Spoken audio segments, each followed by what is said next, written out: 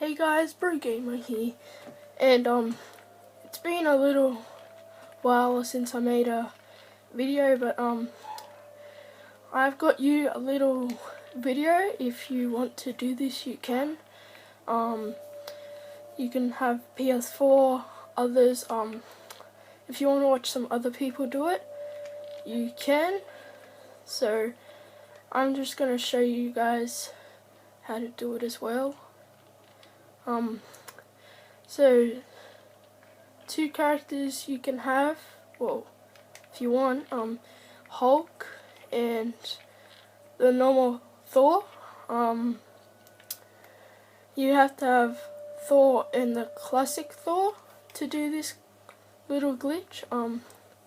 I will do a video where I have every single character and like show you what they look like and everything. I'll have that sooner or later. So let's just get into this. So you have to be Thor, and what you do is you hold B on Xbox, and then after that you change to the classic Thor.